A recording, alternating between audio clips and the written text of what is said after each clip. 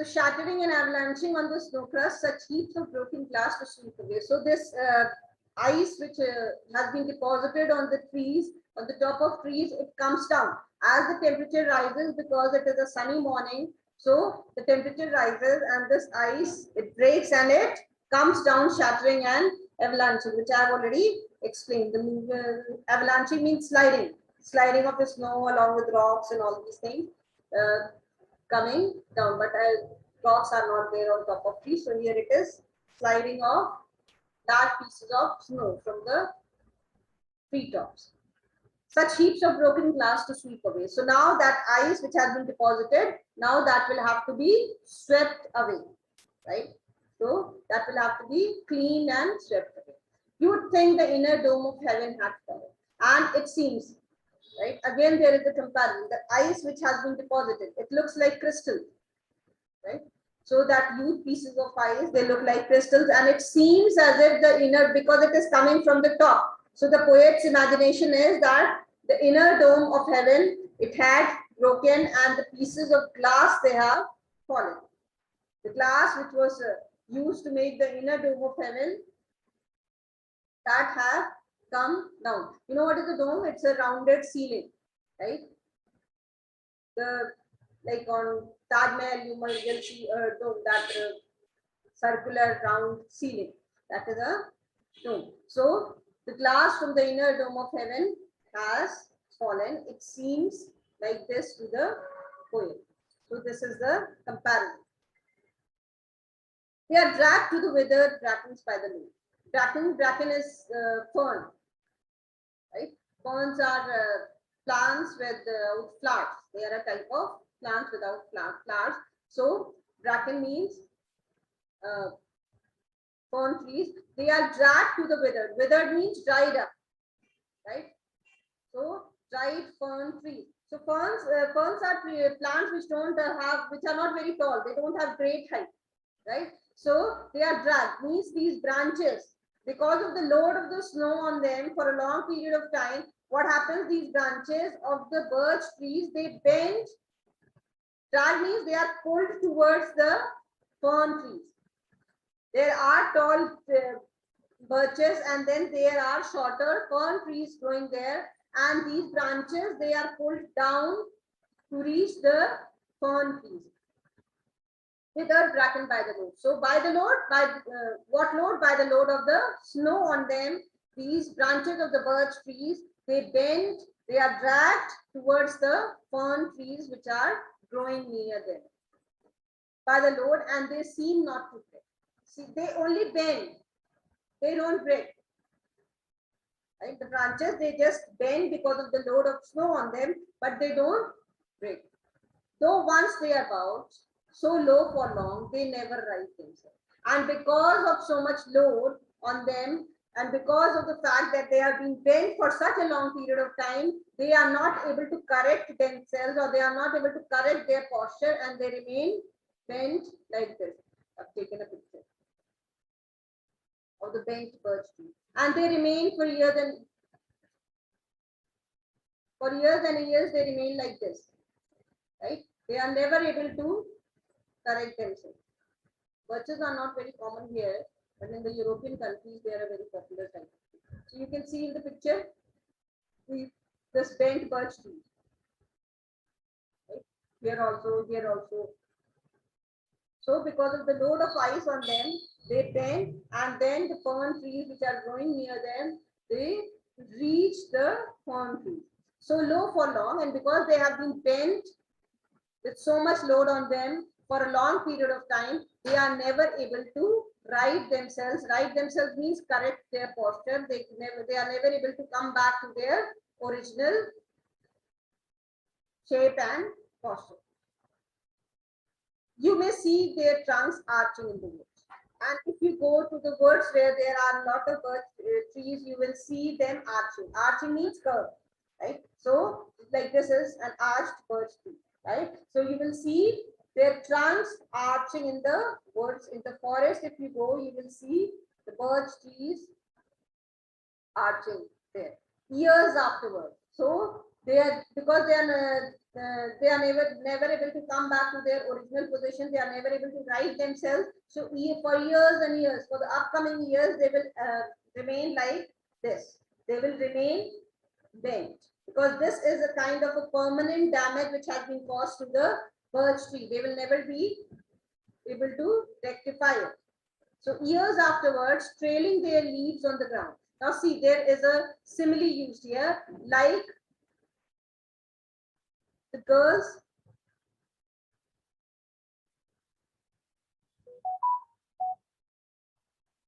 girls on hands and knees that throw their hair before them over their heads to dry in the sun. Now this is a simile used by the poet, like the girls on hands and knees. So you must have seen, these days we don't see girls drying their hair.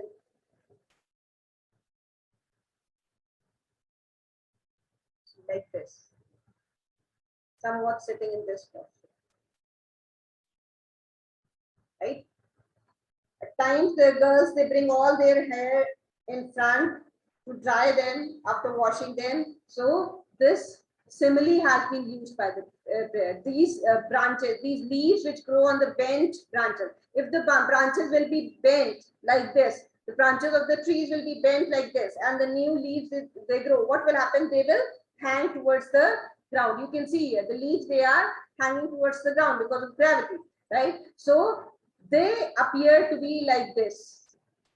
The girls who are drying there, sitting on all fours before them over their heads to dry in the sun.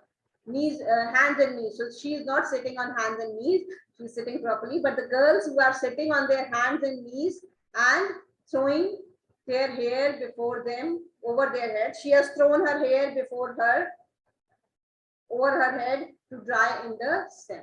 So these leaves which trail towards the ground, trailing means coming towards the ground, moving towards the ground, these leaves, because now the branches are bent.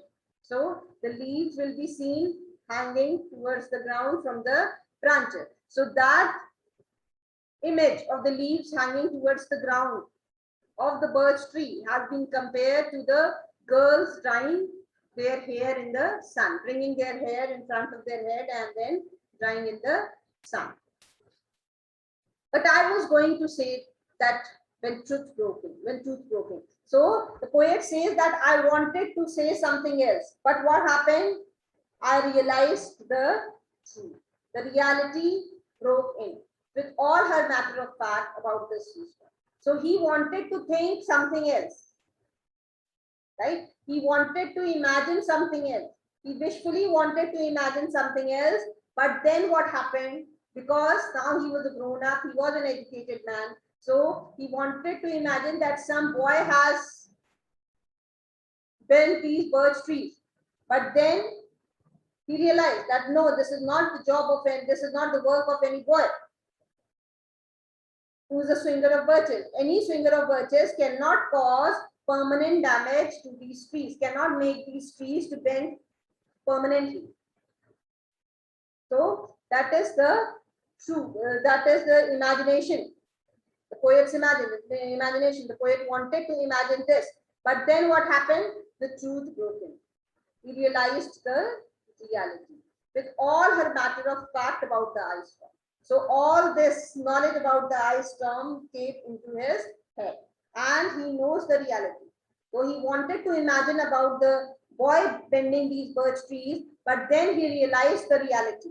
He knows the reality, and he cannot deny the reality about the ice storm, that the ice storm and the deposition of the ice on the birch trees is responsible for causing this permanent damage to the trees. I should prefer to have some boy bending. So I already told you that he wanted to imagine that some boy has done this. This damage has been caused by some boy who was swinging on them and has made them bend like this. But then he knows the reality about the ice storm. So, and then in these lines, he has described what he wanted to imagine. What was his wishful imagination about the birch tree, about the bending of the birch trees. He says, I should prefer to have some boy bend them, as he went out and in to fetch the cow. So some boy who was herding the cows, right, in the woods, who has taken out the cows to graze in the woods, he saw the birch trees. He was all alone. He was all by himself. He didn't have any company to play. And so he saw these birch trees and had a desire to swing on them. So this is what the poet wanted to think, right? I should prefer. So I should prefer means he wanted. Preference is what you want, what you like to think. So I should prefer to have some boy bend them, as he went out and in to fetch the cow. We had gone to herd the cow. Some boy too far from the town to learn baseball. And that boy didn't have any other recreational activity to do because he was living far from the town. He was living in the woods, right? So he was detached from the city life, and so he couldn't play baseball. He will not go and play baseball in the forest, right? So, and then he was all alone. So, because he was devoid of any human company, he was all alone and he was far away from the city and he was herding the cows. So he saw these birch trees and he wanted to entertain himself, right? Had an urge to entertain himself, and so to learn baseball, who only play with what he found himself, summer or winter, and could play because he didn't have any other company to play with him and any other boy to play with him. So he preferred swinging on the birch trees, as this was something which he can do alone, right? Whether it was summer or winter. So this activity was gave him happiness, that is swinging on the birch trees gave him happiness and he enjoyed doing it, and he didn't require any other person to do it along with him. He could enjoy alone, right? He could play alone with the birch tree. So that is why he is responsible, who has done this. This is what the poet wanted to think. One by one. And then what did he do? Because he was all alone and he had been swinging on the birch trees summer and winter, right? So whether it was summer or whether it was winter, he has continued this activity of swinging on the birch trees. One by one, he subdued his fathers. And so continuously every day he used to swing on different trees. So one by one he has subdued. Subdued here means he has tamed his father's trees. The woods belong to his father, and so he has subdued all the trees which were there in the woods by riding them down over and over again. And because he didn't have any other activity to do, so he has repeated this process of swinging on the birch trees over and over again. So, and on different trees, on all the trees. Sometimes he was swinging in this tree, then on the next one, then on the next one. So this way, by swinging on all the trees which were present there, down, riding them down over and over again, bringing them down. See, when you will swing, you will bring the branches down, right? You will bring the tree down. So by riding them down over and over again until he took the stiffness out of them. And so, because of continuously swinging on the birch trees, the stiffness means the firmness from the stem of these trees has disappeared, and so that is why they are bent or arched towards the ground. So this is what the poet wanted to imagine, wanted to think, right? But see, I told you that in this poem there is a contrast between imagination and reality, right? Imagination versus reality. So he wanted to imagine that. I wish that this should have been the work or the deed of some boy who was a swinger of birches, and being alone, being in lack of company, he has continued this activity, and so that is why all the trees in the woods of this forest, they have been bent by him, right? But this is not the truth.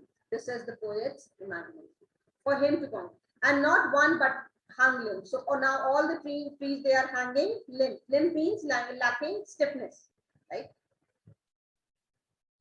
Not one was left for him to conquer. And now not even a single tree is left in the forest for him to conquer. So the theme of conquest of nature has also been depicted in these. That means he has conquered all the trees. Now all the trees, they are subdued in front of him. Right? All the trees are bent now. All the trees have subdued in front of him, and he has conquered, he has bent all the trees of that forest. He learned all there was to learn about not launching out too soon, and so not carrying the tree away, clear to the top. So see, swinging on the birch tree is also an art. If you just hang like this, the branch might break and you might come down, fall. Right? So it is an art. You have to, if there is a proper poise, there is a proper posture, how you will swing, and then you cannot put your entire weight on that poor branch all of a sudden. Right? So that has to be done in a proper manner. So he says he learned all there was to learn about not launching out too soon. If you will launch out too soon, if you will hang yourself too soon on the branch of the tree, what will happen? It will come down because of your weight. So he says that the boy has learned this art of swinging on the birch tree, of not launching out too soon, of not lifting yourself from the ground and hanging on the tree very quickly. That is something which cannot be done all of a sudden, right? So launching out means going up in the air. So not going up in the air too soon by hanging on the tree, and so not carrying the tree away clearly. Why? Because if you will launch out too soon, you will carry the tree to the ground. You will be, the branch will break, and along with the branch, you will also come down. He always kept his poise to the top branch. And so there is a certain poise, there is a certain posture which you have to maintain when you are climbing the top branches of the birch tree. Climbing carefully with the same pains you use to fill a cup up to the top. Now another comparison has been used, that with the same care, when you are climbing up a birch tree, when you are trying to swing on the branches of the birch tree, you have to observe certain amount of care, vigilance, and you have to be very alert, as you have to be when you are trying to fill the cup up to the brim. Brim means up to the top, right? To the surface. See, pouring something in the cup, when the cup is empty, it's easy. No care is required. But once the cup is already full up to the brim, and then you still try to put something in, so then you will pour very carefully, right? You'll be very cautious while pouring, because one extra drop can make the cup overflow, right? And even above the brim. So when you are trying to fill the cup above the brim, what you have to do, you have to be very careful. So the same care is required when you are swinging, because again, the balance has to be maintained, or you will fail in your attempt. Similarly, when you are trying to fill, like when you are trying to fill the cup over the brim or above the brim, what happens? You have to be very cautious. You have to be cautious about the single drop which is entering the cup, or else everything will be spilled out. Is it clear?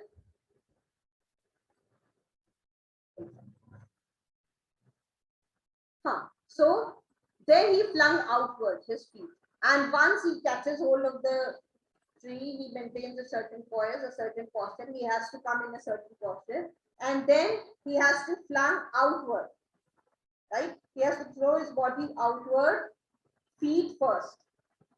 So first he will lift his feet, and then with a swish. So swish is that dragging sound which the feet will make on the ground, right? So with this kind of swish sound which is heard kicking his way down through the air to the ground.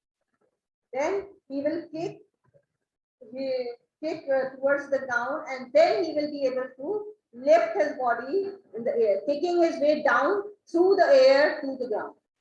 Right? So then only then his body will be uplifted, right? From the air, from the ground, and he will be hanging, holding on to that birch tree in the air. So was I once myself, a swinger of birches. Now the poet has become nostalgic. He is remembering his childhood, that when he was a child, he himself was a swinger of birches. Right? So he is remembering his past memories or childhood memories. He has gone to his childhood memories. So was I once myself, a swinger of birches, and so I dream of going back to it. And now he has a desire to go back to his childhood, to go back to those wonderful, carefree, happy days of his childhood, right? When there was no tension in his life, when there was no stress in his life, no problems, no difficulties were there in his life. He was leading a carefree, stress-free life. So I dream of going back. So he says, I have a very strong desire of going back to the days of my childhood when I myself was a swinger of birches. It's when I'm weary of consideration. Now he has talked about the adult life. So what the adult life is full of considerations, a lot of stress, a lot of things they go inside our minds 24 hours. Right? So he says, whenever I am weary of considerations. Weary means tired. Right? So it's when I'm weary of considerations, right? When I have a lot of things to think about, lot of worries, when my life is full of worries, tensions, stress, and life is too much like a pathless wood. And when the life becomes so complex that it becomes similar to a pathless wood. Again, a simile has been used here, like a pathless wood. Right? Pathless wood is what? You don't know in which direction you are moving. When there is a lot of confusion in your life, when you are perplexed, when you are not able to take a right decision. If it is a pathless wood, then there are no paths in a wood. How will you don't know in which way you have to move. Right? So that is why he has said, when the life is like a pathless wood, when there is no clearly marked direction for you to move, when the path is not clearly marked in your life, when your mind is in a state of confusion, where your face burns and tickles with cobwebs broken across it, and one eye is weeping. See that this is the metaphor for the difficulties, the hardships, and the problems of life. When it seems that your face burns and tickles with the cobweb.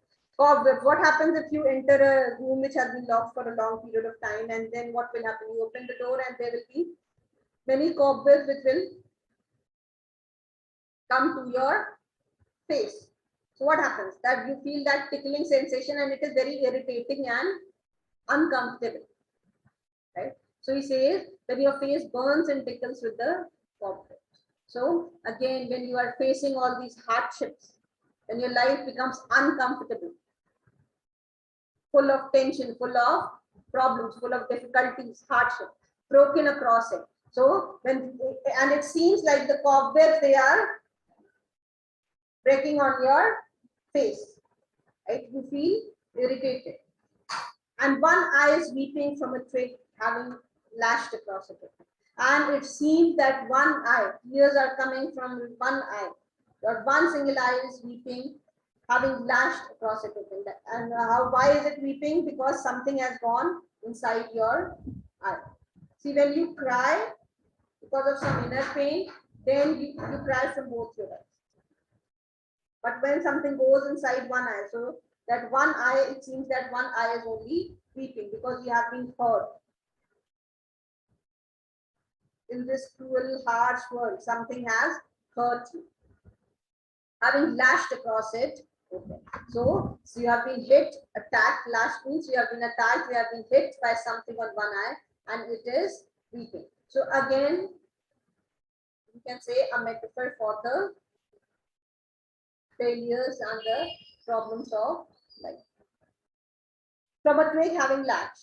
So if you try to hit one eye with a twig means a small, you can say a branch of a very small parts of a tree, right? So I would like to get away from earth a while and then come back to it and begin again. Now see, the poet doesn't want to run away permanently from his problems, from his difficulties, from his hardships. He says that I would like to get away from earth for a while.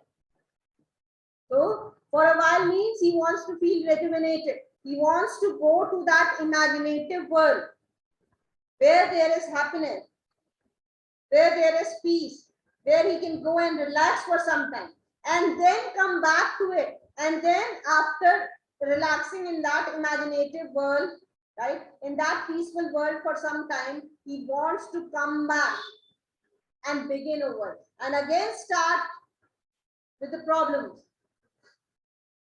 trying to resolve the issues and the problems and the hardships of life.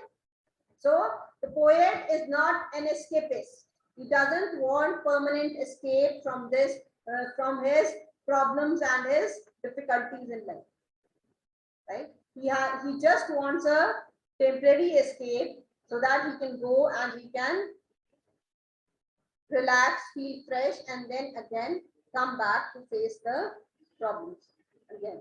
May no fate willfully misunderstand me. So he is requesting fate that please don't misunderstand me and take me to that world forever. I have no such intention. I don't want to do it. Right? Okay. So the poet says, may no fate willfully misunderstand me. So I request fate not to misunderstand me and take me to that world forever. I don't want to go there forever.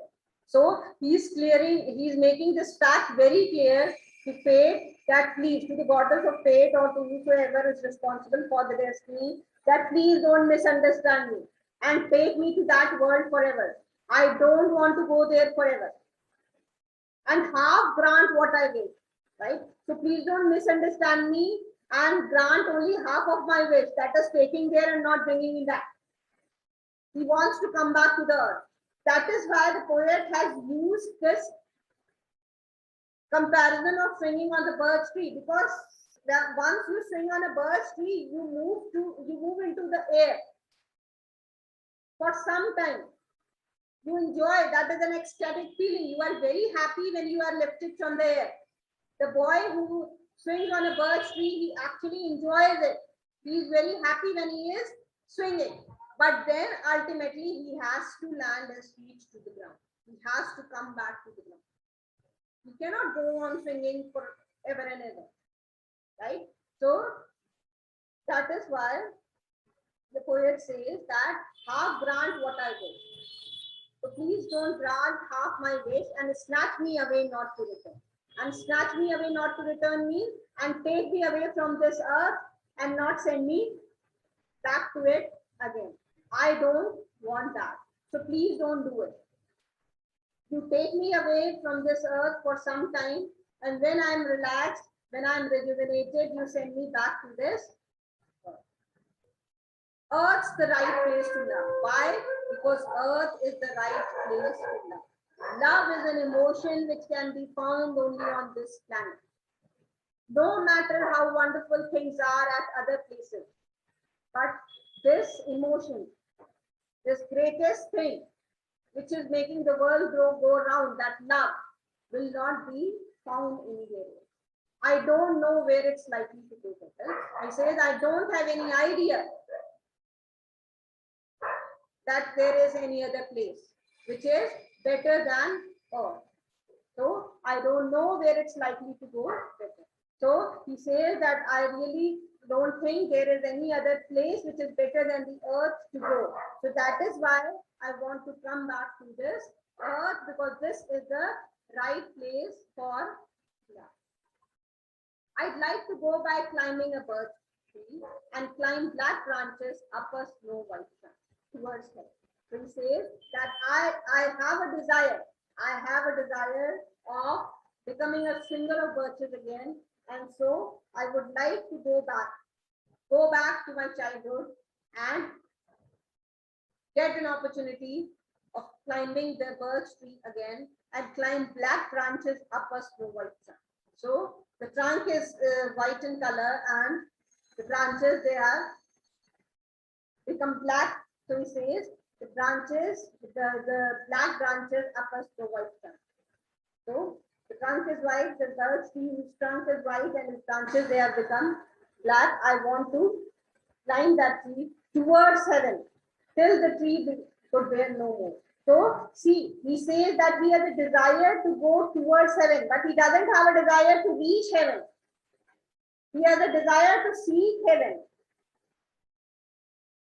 but he doesn't have a desire because the tree grows upward. So climbing upward is a comparison of going to heaven, right? So he says, I have a desire. I want to climb a birch tree. This is my desire, right? Which I want to do, move towards heaven till the tree could bear no more. And then there will be a stage when the tree can no longer tolerate my weight or could no longer bear my weight. And at that time, I want to come back. Right? So he doesn't have a desire to go into the heaven or go into the spiritual world and settle down there. So he has given the importance of both. Spirituality, imagination, all these things are important in your life. You can go to these different places, feel relaxed, but then you have to come back and face reality. So he has tried to make a balance between the realism and spirituality or imaginative. So he says towards heaven till the tree could bear no more, but dipped it down and set me down. So because till the point the tree is not able to tolerate my weight further, and so what will happen? The tree will dip down, will bend even further down and land me to the ground, set me down again. So the tree will land me to the ground again. So I will come back to the ground again, and once I come back to the ground, it means that I have come back to the real world, which is full of all its love. That would be good, both coming and going back. So he says, the best thing is going and coming back. So he has talked about a life which has spirituality, imagination in it, and reality also. So he has asked us, the poet has actually asked us to take the middle path, which has a balance of both. You could do worse than be a swinger of birch. So he says that if you only go to the other world, it will be like escapism, right? It is not desirable to become an escapist, right? Nor is it essential to be only realist, right? You have to strike a balance. If you go away, if you just leave all your worldly responsibilities and worldly duty and start following the path of the spirituality, it will not be a good thing to do because you are shirking away from your responsibility. That is escapism. So poet says that I don't want to become an escapist and I don't want to become a hardcore realist also. It's not essential to become a complete realist. It's okay to take a trip once in a blue moon to this spiritual imaginative world, because that is something which is important for your mental health. It makes you calm down, it makes you relax, and then you can start afresh, come back to this earth and start afresh. So with this, we come to the end of this poem. Thank you.